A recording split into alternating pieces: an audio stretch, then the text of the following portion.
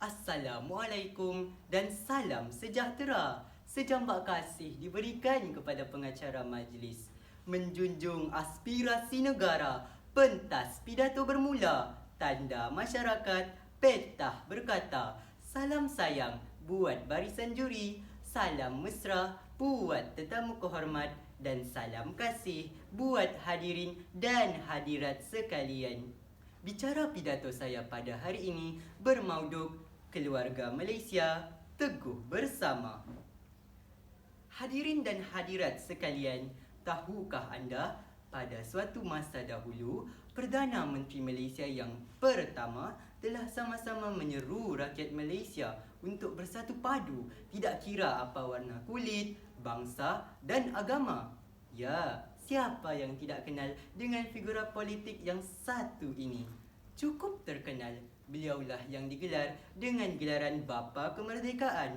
Beliaulah Tunku Abdul Rahman Putra Al-Haj.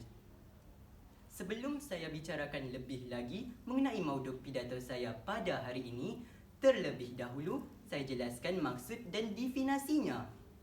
Keluarga Malaysia. Keluarga Malaysia ialah sebuah gagasan yang diperkenalkan oleh Perdana Menteri Malaysia yang ke-9 pada 22 Ogos 2021.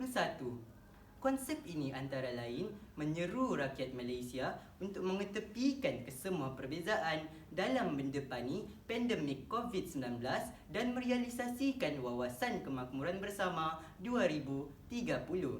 Menurut Kamus Dewan edisi keempat, teguh bermaksud tidak mudah roboh, kukuh binaannya, kuat dan erat ikatannya. Manakala frasa bersama bermaksud bersama-sama, bergandingan, berserta dan serentak.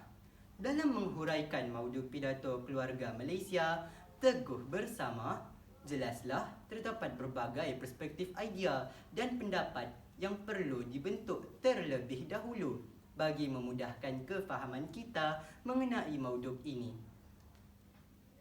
Aspirasi pertama, dalam menyatupadukan masyarakat, kedaulatan sesebuah negara tersebut perlu dipertahankan. Akar tunjang utama dalam mempertahankan kedaulatan sesebuah negara adalah dengan lahirnya sifat taat setia dan nilai patriotik yang tinggi.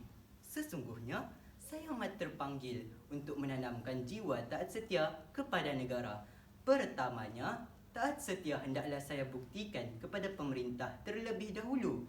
Doktrin kedua di dalam prinsip rukun negara, iaitu kesetiaan kepada raja dan negara, pasti saya pegang sampai bila-bila. Yang di-Pertuan Agong ialah payung negara, manakala pemimpin-pemimpin ialah sumber inspirasi yang memajukan negara. Oleh itu, menjunjung tinggi kedaulatan pemerintah dan mentaati arahan pemimpin menjadi tanggungjawab mutlak kepada saya. Sifat ini antara lain menjunjung tinggi perundangan negara, mentaati arahan pemimpin dan tidak mendatangkan sebarang sikap yang dapat memudaratkan keselamatan negara. Apa-apa pun, sikap saya hendaklah selaras dengan piagam di mana bumi dipijak, di situ langit dijunjung. Aspirasi kedua, perpaduan di kalangan rakyat berbilang kaum hendaklah dijadikan agenda utama. Sesungguhnya, inilah agenda besar yang siogia perlu saya turut serta.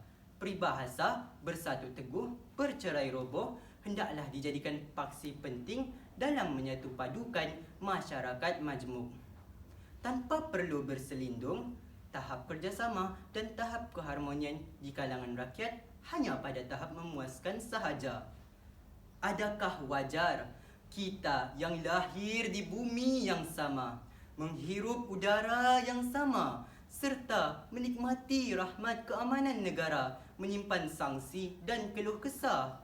Sebenarnya, sikap yang suka mengadu domba dan mengagungkan kelompok sendiri tidak mendatangkan sebarang faedah. Malah, ianya melebar luaskan lagi jurang perpecahan yang akhirnya berlaku seperti sindiran. Jom pecah, you yang kenyang.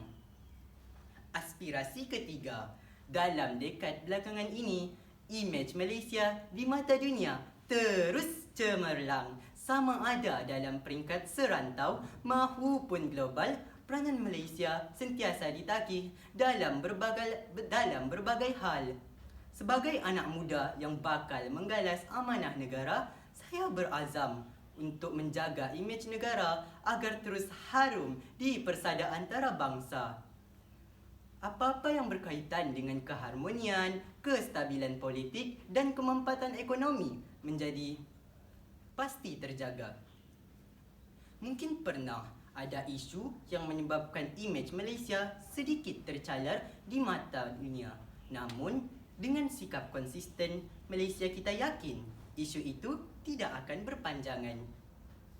Sebenarnya, biarlah Malaysia kecil pada pandangan, namun besar pada fungsinya. Seperti peribahasa, yang kecil jangan disangka anak, besar jangan disangka bapa. Apa-apa pun sebenarnya apa-apa yang kita nikmati sekarang daripada Allah jua.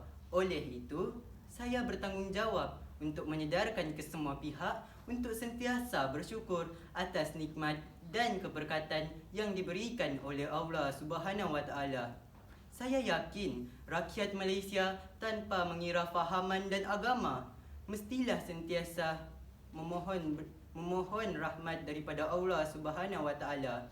Insya-Allah, seandainya kita bersyukur dan mengutamakan kesejahteraan, pasti limpah rahmat Allah akan menaungi hidup kita di bumi yang bertuah ini, sesuai dengan kata-kata yang berbunyi, rahmat bahagia Tuhan kurniakan.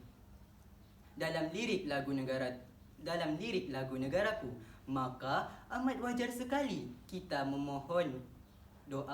berdoa kepada Allah Subhanahu Wa Taala dan meletakkan segala usaha dan hasrat kepadanya. Sekian wabillahi taufik wal hidayah. Assalamualaikum warahmatullahi wabarakatuh dan salam sejahtera.